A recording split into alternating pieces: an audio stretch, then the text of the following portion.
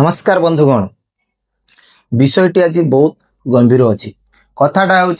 दिल्ली रो air pollution धीरे धीरे बहुत बढ़िबार लगी किंतु ये कथा नहीं कौन सी जातीय मीडिया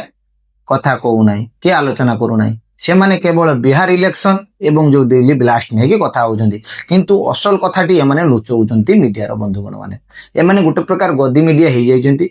जोटी बिस्कुट जे फिंगुची एमाने खाउची सेही कथा ही कहउछंती किंतु असल मुद्दा जो माने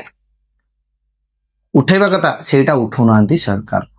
पाखरे काहे ना ना दिल्ली रो एयर पोल्यूशन एते बढ़ी जाइछि जे आपण माने भाबंतु जो छुआटा जन्म नउची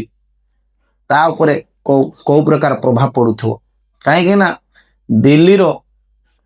लोक माने रूम रु बाहर को बाहरिया पई डर लागुची काहे ना एयर पोल्यूशन एते बढ़ी जाइछि लोक माने निश्वास नबारे पूरा असुविधा होची लोक अणनिश्वास ही पड़ुची एवं लोकर आयुष धीरे धीरे कमी जाउची यहा को नै कि सरकार पाखरे कई आवाज उठौना काहे ना दिल्ली रो जो सरकार अछि से भी बीजेपी रो एवं सेंट्रल ले जो सरकार अछि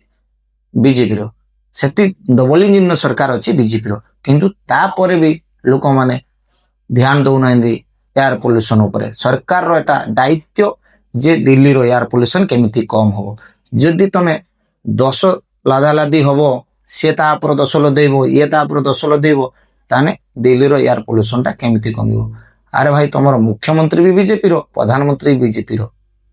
देन प्रॉब्लम ता सॉल्व करियो कि आपण माने सरकार रे अछंती तनो आपण माने जवाब देई हेबे।